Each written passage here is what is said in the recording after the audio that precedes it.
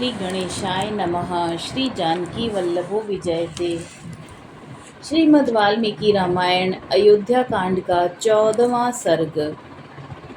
केकई का राजा को सत्य पर दृढ़ रहने के लिए प्रेरणा देकर अपने वरों की पूर्ति के लिए दुराग्रह दिखाना। महर्षि वशिष्ठ का अंतःपुर के द्वार पर आगमन और सुमंत्र को महाराज के पास भेजना। राजा की आज्ञा से सुमंत्र का श्री राम को बुलाने के लिए जानना। इक्ष्वाकुश नंदन राजा दशरथ पुत्र शोक से पीड़ित हो पृथ्वी पर अचेत पड़े थे और वेदना से छटपटा रहे थे। इस अवस्था में देखकर पापिनी केकई इस प्रकार बोली, महाराज, आपने मुझे 2 वर देने की प्रतिज्ञा की थी और जब मैंने उन्हें मांगा तब आप इस प्रकार सन्न होकर पृथ्वी पर गिर पड़े, मानो कोई पाप करके पछता रहे हों। यह क्या बात है? आपको सत्पुरुषों की मर्यादा में स्थिर रहना चाहिए। धर्मज्ञ पुरुष सत्य को ही सबसे श्रेष्ठ धर्म बतलाते हैं। उस सत्य का सहारा लेकर मैंने आपको धर्म का पालन करने के लिए ही प्रेरित किया है। पृथ्वीपति राजा शैव्य ने बाज पक्षी को अपना शरीर देने की प्रतिज्ञा करके उसे दे ही दिया और देकर उत्तम गति प्राप्त कर ली। इसी प्रकार तेजस्वी राजा अलार्क ने वेदों के पारंगत विद्वान ब्राह्मण को उसकी याचना करने पर मन में खेद न लाते हुए अपनी दोनों आंखें निकालकर दे दी थी। सत्य को प्राप्त हुआ समुद्र सत्य का ही अनुसरण करने के कारण पर्व आदि के समय भी अपनी छोटी सी सीमा तट भूमि का भी उल्लंघन नहीं करता। सत्य ही प्रणव रूप शब्द ब्रह्मा है। सत्य में ही धर्म प्रतिष्ठित है और सत्य ही अविनाशी वेद है और सत्य से ही परम ब्रह्मा की प्राप्ति होती है। इसलिए यदि आपकी बुद्धि में धर्म स्थित है तो सत्य का अनुसरण कीजिए। साधु शिरोमणि, मेरा मांगा हुआ यह वर सफल होना चाहिए, क्योंकि आप स्वयं ही उसे वर के दाता हैं। धर्म के ही अभिष्ट फल की सिद्धि के लिए तथा मेरी प्रेरणा से भी आप अपने पुत्र श्री राम को घर से निकाल दीजिए। मैं अपने इस कथन की 3 बार दोहराती हूँ। आर्य, यदि मुझसे की हुई इस प्रतिज्ञा का आप पालन नहीं करेंगे तो मैं आपसे उपेक्षित होकर आपके सामने ही प्राणों का परित्याग कर दूंगी। इस प्रकार केकई ने जब निशंक होकर राजा को प्रेरित किया तब वे उस सत्य रूपी बंधन को वैसे ही नहीं खोल सके, उस बंधन से अपने को उसी तरह नहीं मुक्त कर सके जैसे राजा बलि इंद्र प्रेरित वामन के पाश से अपने को युग मुक्त करने में असमर्थ हो गए थे। 2 पहियों के बीच में फंसकर वहीं से निकलने की चेष्टा करने वाली गाड़ी के बेल की भांति उनका हृदय उद्भ्रांत हो उठा था और उनके मुख की कांति भी फीकी पड़ गई थी। अपने विकल नेत्रों से कुछ भी देखने में असमर्थ होकर भूपाल दशरथ ने बड़ी कठिनाई से धैर्य धारण करके अपने हृदय को संभाला और कैकेयी से इस प्रकार कहा, पापिनी, मैंने अग्नि के समीप सांजुष्ट से गुभ्यामी सौभाग्यत्वायं हस्तम इत्यादि वैदिक मंत्र का पाठ करके तेरे जिस हाथ को पकड़ा था उसे आज छोड़ रहा हूँ। साथ ही तेरे और मैं अपने द्वारा उत्पन्न हुए तेरे पुत्र का भी त्याग करता हूँ। देवी, रात बीत गई। सूर्योदय होते ही सब लोग निश्चय ही श्री राम का राज्याभिषेक करने के लिए मुझे शीघ्रता करने को कहेंगे। उस समय जो सामान श्री राम के अभिषेक के लिए जुटाया गया था उसके द्वारा मेरे मरने के बाद श्री राम के हाथ से तुझ मुझे दलांजलि दिलवा देना, परंतु अपने पुत्र सहित तू मेरे लिए दलांजलि न देना। पापाचारिणी, यदि तू श्री राम के अभिषेक में विघ्न डालेगी तो तुझे मेरे लिए जलांजलि देने का कोई अधिकार नहीं होगा। मैं पहले श्री राम के राज्याभिषेक के समाचार से जो जन समुदाय का हर्षोल्लास से परिपूर्ण उन्नत मुख देख चुका हूँ, वैसा देखने के पश्चात आज पुनः उसी जनता के हर्ष और आनंद से शून्य नीचे लटके हुए मुख को मैं नहीं देख सकूंगा। महात्मा राजा दशरथ के कैकेयी से इस तरह की बातें करते करते ही चंद्रमा और नक्षत्र मालाओं से अलंकृत व पुष्पमयी रजनी बीत गई और प्रभात काल आ गया। तदंतर बातचीत के मर्म को समझने वाली पापाचारिणी कैकेयी रोष से मूर्छित सी होकर राजा से पुनः कठोर वाणी में बोली, राजन, आप विष और शूल आदि रोगों के समान कष्ट देने वाले ऐसे वचन क्यों बोल रहे हैं? इन बातों से कुछ होने वाला नहीं है। आप बिना किसी क्लेश के अपने पुत्र श्री राम को यहाँ बुलवाइए और मेरे से पुत्र का राम राज्य पर प्रतिष्ठित और मेरे पुत्र को राज्य पर प्रतिष्ठित कीजिए और श्री राम को वन में भेजकर मुझे निष्कंटक बनाइए, तभी आप कृतकृत्य हो सकेंगे। तीखे कोड़ों को मार से पीड़ित हुए उत्तम अश्व की भांति केकई द्वारा बारंबार प्रीत होकर व्यतीत हुए राजा दशरथ ने इस प्रकार कहा, मैं धर्म के बंधन में बंधा हुआ हूँ।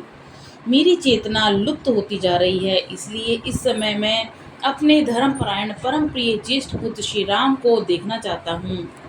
उधर जब रात बीती, प्रभात हुआ, सूर्य देव का उदय हो गया और पूर्ण नक्षत्र के योग में अभिषेक का शुभ मुहूर्त आ पहुंचा। उस समय शिष्यों से घिरे हुए शुभ गुण संपन्न महर्षि वशिष्ठ अभिषेक का आवश्यक सामग्रियों का संग्रह करके शीघ्रता पूर्वक उस श्रेष्ठपुरी में आए। उस पुण्य वेला में अयोध्या की सड़कें झाड़ बुआर कर साफ की गई थी और उन पर जल का छिड़काव हुआ था। सारी पूरी उत्तम पताकाओं से सुशोभित थी। वहाँ के सभी मनुष्य हर्ष और उत्साह से भरे हुए थे। बाजार और दुकानें इस तरह सजी हुई थी कि उनकी समृद्धि देखते ही बनती थी। सब और महान उत्सव हो रहा था। सारी नगरी श्री रामचंद्र जी के अभिषेक के लिए उत्सुक थी। चारों ओर चंदन, अगर, धूप की सुगंध व्याप्त हो गई थी। इंद्र नगरी अमरावती के समान शोभा पाने वाली उस पुरी को पार करके श्रीमान वशिष्ठ जी ने राजा दशरथ के अंतःपुर का दर्शन किया, जहाँ सहस्त्रों ध्वजाएं फहरा रही थी। नगर और जनपद के लोग वहाँ भरे हुए थे। बहुत से ब्राह्मण उस स्थान की शोभा बढ़ाते थे। छड़ीदार, राजसेवक और सजी सजाए सुंदर घोड़े वहाँ अधिक संख्या में उपस्थित थे। श्रेष्ठ महेश्वर से घिरे हुए वशिष्ठ जी परम प्रसन्न हो उस अंतःपुर में पहुंचकर उस जन समुदाय को लांग कर आगे बढ़ गए। वहां उन्होंने महाराज के सुंदर सचिव और सारथी सुमंत्र को अंतःपुर के द्वार पर उपस्थित देखा, जो उसी समय भीतर से निकले थे। तब महातेजस्वी वशिष्ठ ने परम चतुर और सूत पुत्र सुमंत्र से पूछा, सूत, तुम महाराज को शीघ्र ही मेरे आगमन की सूचना दो। उन्हें बताओ कि श्री राम के राज्याभिषेक के लिए सारी सामग्री एकत्र कर ली गई है। ये गंगा जल से भरे हुए कलश रखे हैं। इन सोने के कलशों में समुद्र से लाया हुआ जल भरा हुआ है। ये गुलर की लकड़ी का बना हुआ भद्रपीठ है, जो अभिषेक के लिए लाया गया है और इसी पर बिठाकर श्री राम का अभिषेक होगा।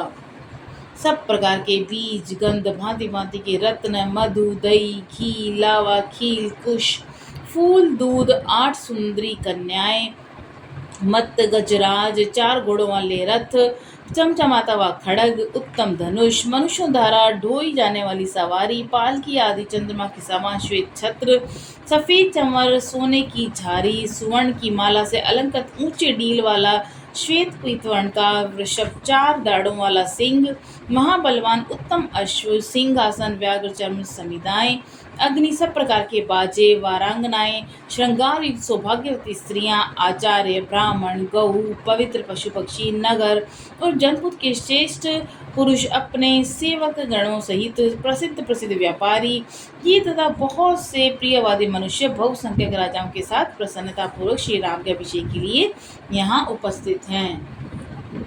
तुम महाराजा से शीघ्रता करने के लिए कहो, जिससे अब सूर्योदय के पश्चात पुष्य नक्षत्र के युग में श्री राम राज्य प्राप्त कर लें। वशिष्ठ जी के वचन सुनकर महाबली सूतपुत्र सुमंत ने राज सिंह दशरथ जी की स्तुति करते हुए उनके भवन में प्रवेश किया। राजा का प्रिय करने की इच्छा रखने वाले उनके द्वारा सम्मानित द्वारपाल उन बूढ़े सचिव को भीतर जाने से रोक न सके, क्योंकि उनके लिए पहले से ही महाराजा की आज्ञा थी कि ये किसी भी समय भी भीतर आने से रोके न जाएं। सुमंत्र राजा के पास जाकर खड़े हो गए और उन्हें उनकी उस अवस्था का पता नहीं था, इसलिए वे अत्यंत संतोषदायक वचनों द्वारा उनकी स्तुति करने को उद्यत हुए। सूत सुमंत्र राजा के उस महल में पहले की ही भांति हाथ जोड़कर उन महाराज की स्तुति करने लगे। महाराज, जैसे सूर्योदय होने पर तेजस्वी समुद्र स्वयं हर्ष की तरंगों से उल्लासित हो उन्हें स्नान की इच्छा वाले मनुष्यों को आनंदित करता है, उसी प्रकार आप स्वयं प्रसन्न हो प्रसन्नता पूर्वक हृदय से हम सेवकों को आनंद प्रदान कीजिए। देवसारथी मातली ने इसी वेला में देवराज इंद्र की स्तुति की थी, जिससे उन्होंने समस्त दानवों पर विजय प्राप्त कर ली।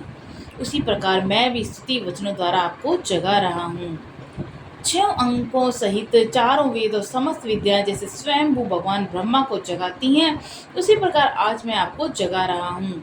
जैसे चंद्रमा के साथ सूर्य समस्त भूतों की आधार भूत इस शुभ स्वरूपा पृथ्वी को जगाया करते हैं, उसी प्रकार आज मैं आपको जगा रहा हूँ। महाराज उठिए और उत्सव कालिक मंगल कर्तव्य पूर्ण करके वस्त्राभूषणों से सुशोभित शरीर से सिंहासन पर विराजमान होइए। फिर मेरु पर्वत से ऊपर उठने वाले सूर्य देव के समान आपकी शोभा होती रहे। ककुत सुकुल नंदन चंद्रमा, सूर्य, शिव, कुबेर, वरुण, अग्नि और इंद्र आपको विजय प्रदान करें। राज सिंह, भगवती रात्रि देवी विदा हो गई। आपने जिसके लिए आज्ञा दी थी, आपका वह सारा कार्य पूर्ण हो गया है। इस बात को आप जान लें और इसके बाद जो अभिषेक कार्य शेष है उसे पूर्ण करें। श्री राम के अभिषेक की सारी तैयारी हो चुकी है। नगर और जनपद के लोग और मुख्य मुख्य व्यापारी भी हाथ जोड़े हुए उपस्थित हैं। राजन, ये भगवान वशिष्ठ मुनि ब्राह्मणों के साथ द्वार पर खड़े हैं, अतः श्री राम के अभिषेक का कार्य आरंभ करने के लिए शीघ्र आज्ञा दीजिए।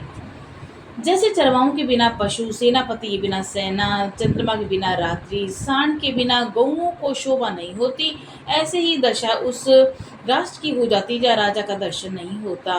सुमंत के इस प्रकार कहे सांत्वनापूर्ण और सार्थक वचन को सुनकर राजा दशरथ पुनः शोक से त्रस्त हो गए। उस समय पुत्र के वियोग की संभावना से उनकी प्रसन्नता नष्ट हो चुकी थी। शोक के कारण उनके नेत्र लाल हो गए थे। उन धर्मात्मा श्रीमान नरेश ने एक बार दृष्टि उठाकर सूत की ओर देखा और इस प्रकार कहा, तुम ऐसी बातें सुनाकर मेरे मर्म स्थानों को और अधिक आघात क्यों कर रहे हो? राजा की करुण वचन सुनकर और उनकी दीन दशा पर दृष्टिपात करके सुमंत्र हाथ जोड़े हुए उस स्थान पर कुछ पीछे हट गए। जब दुख और दीनता के कारण राजा स्वयं कुछ भी न कह सके, तब मंत्रणा का ज्ञान देने वाली कैकेयी ने सुमंत्र को इस प्रकार उत्तर दिया। सुमंत्र, राजा रात भर श्री राम के राज्याभिषेक जनित हर्ष के कारण उत्कंठित होकर जागते रहे हैं। अधिक जागरण से थक जाने के कारण इस समय उन्हें नींद आ गई है। अतः सूत, तुम्हारा भला हो और तुम तुरंत जाओ और यशस्वी राजकुमार श्री राम को यहाँ पर बुला लाओ। इस विषय में तुम्हें कोई अन्यथा विचार नहीं करना चाहिए। तब सुमंत्र ने कहा कि भामिनी, मैं महाराजा की आज्ञा सुने बिना कैसे जा सकता हूँ? मंत्री की बात सुनकर राजा ने उनसे कहा, सुमंत, मैं सुंदर श्री राम जी को देखना चाहता हूँ, तुम शीघ्र ही उन्हें यहाँ लेके आओ। उस समय श्री राम के दर्शन ही कल्याण मानते हुए राजा मन ही मन आनंद का अनुभव करने लगे। उधर सुमंत्र राजा की आज्ञा से तुरंत प्रसन्नतापूर्वक वहां से चल दिए। कैकेयी ने जो तुरंत श्री राम को बुला लाने की आज्ञा दी थी, उसे याद करके वे सोचने लगे, पता नहीं ये उन्हें बुलाने के लिए इतनी जल्दी क्यों मचा रही हैं। जान पड़ता है श्री रामचंद्र के अभिषेक के लिए ही ये जल्दी कर रही हैं। इस कार्य में धर्मराज राजा दशरथ को अधिक आयास करना पड़ता है, शायद इसीलिए बाहर नहीं निकलते। ऐसा निश्चय करके महातेजस्वी सूत सुमंत्र फिर बड़े हर्ष के साथ श्री राम के दर्शन की इच्छा से चल पड़े। समुद्र के अंतर्वर्ती जलाशय के समस्त उस सुंदर अंतःपुर से निकलकर सुमंत्र ने द्वार के सामने मनुष्यों की भारी भीड़ एकत्र हुई देखी। राजा के अंतःपुर से सहसा निकलकर सुमंत्र के द्वार पर एकत्र हुए लोगों की ओर दृष्टिपात किया। उन्होंने देखा बहुसंख्यक पूर्ववासी वहां उपस्थित थे और अनेकानेक महाधनी पुरुष राजद्वार पर आकर खड़े थे। इस प्रकार श्री राम वाल्मीकि निर्मित आश्रमायण आदि काव्य के अयोध्या कांड में 14वां सर्ग पूरा हुआ। जय श्री राम, जय वीर हनुमान।